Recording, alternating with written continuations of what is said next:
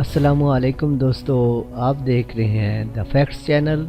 اگر دوستو آپ نے ہمارا چینل سبسکرائب نہیں کیا تو پلیز کریں تاکہ ہماری آنے والی ہر ویڈیو آپ تک آسانی تک پہنچ جائے۔ شکریہ دوستو، ایک رپورٹ کے مطابق دنیا کی طاقتور ترین افواج میں پاکستان کا 11واں نمبر ہے۔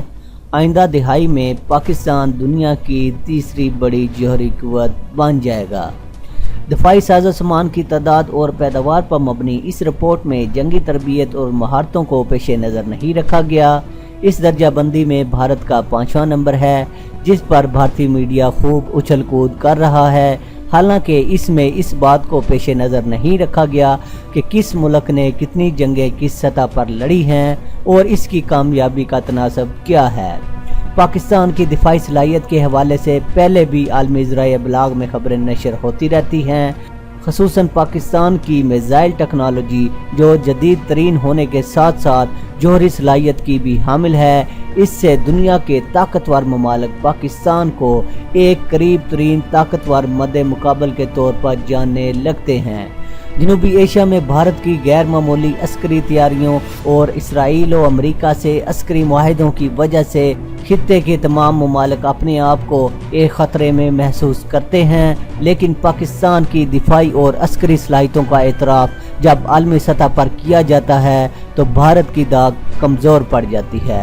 مذکورہ رپورٹ میں صرف جنگی سازو سامان کو پیش نظر رکھ کر درجہ بندی کی گئی ہے۔ اس کی رو سے بھی 11واں نمبر بننا پاکستان کی ایک بڑی عالمی طاقت ہونے کی دلیل ہے، لیکن اگر اس بات کو پیش نظر رکھا جائے کہ گزشتہ 30 سالوں میں پاکستان نے دو بڑی عالمی طاقتوں امریکہ اور سوویت یونین کی مہم جوئیوں کو بھی بڑی مہارت کے ساتھ ہینڈل کیا ہے۔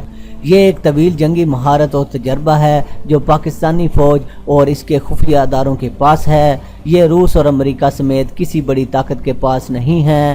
در حقیقت سوویت یونین اور امریکہ اس کے اتحادی افغانستان سے اصل دلچسپی نہیں رکھتے تھے۔ روس تو افغانستان کو ایک گزرگاہ کے طور پر اپنے زیر قبضہ لانا چاہتا تھا تاکہ پاکستان کے گوادر ساحل کے ذریعے وہ دنیا کے وسط تک پہنچ کر گرم سمندروں میں اپنا اثر و رسوخ قائم کرے۔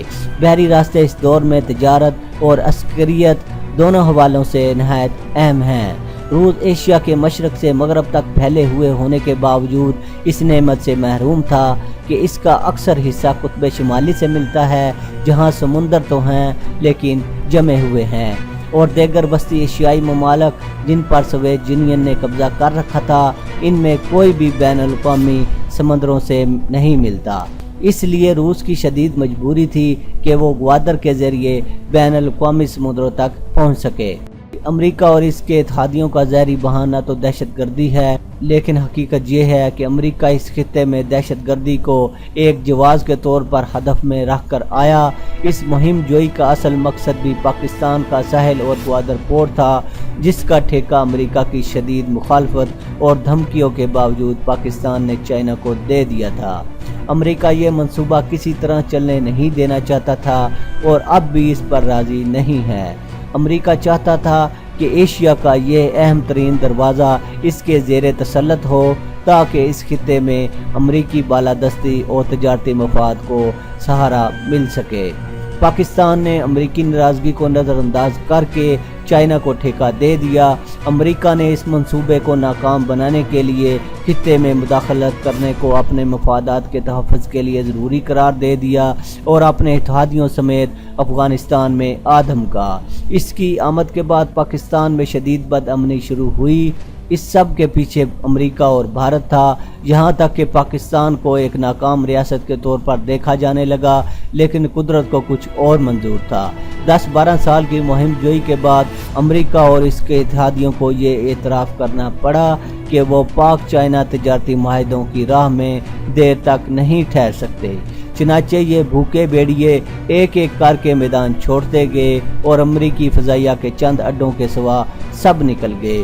امریکہ نے افغانستان میں بیٹھ کر بھارت کی حمایت سے پاکستان کو کمزور کرنے اور گوادر ساحل کے معاہدوں سے واپسی پر مجبور کرنے کے لیے جتنے بھی پتے کھیلے وہ سب بری طرح پٹ گئے اور امریکہ اور بھارت دونوں کو افغانستان میں کی گئی بھاری سرمایہ کاری مہنگی پڑ گئی۔ پاک چائنا اقتصادی راہداری کا منصوبہ چائنا کو تو یقیناً غیر معمولی تقویت دینے کے باعث ہے، پاکستان بھی اس منصوبے سے معاشی حوالے سے اتنا آگے نکل جائے گا کہ وہ دنیا کو حیران کر دے گا۔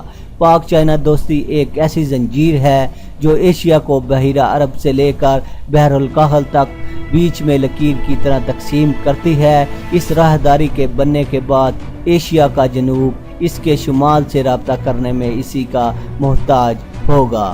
یہی وجہ ہے کہ بھارت کو اس منصوبے پر بہت ہی دکھ ہے اور وہ امریکہ کے ساتھ مل کر اس منصوبے کو ہر حال میں ناکام بنانا چاہتا ہے، لیکن اس کی بدقسمتی یہ ہے کہ اس معاہدے کا ایک فریق چائنا ہے اور ایک پاکستان۔ دونوں ممالک کمزور نہیں ہیں بلکہ بڑی عالمی طاقتوں کی فہرست میں شامل ہیں۔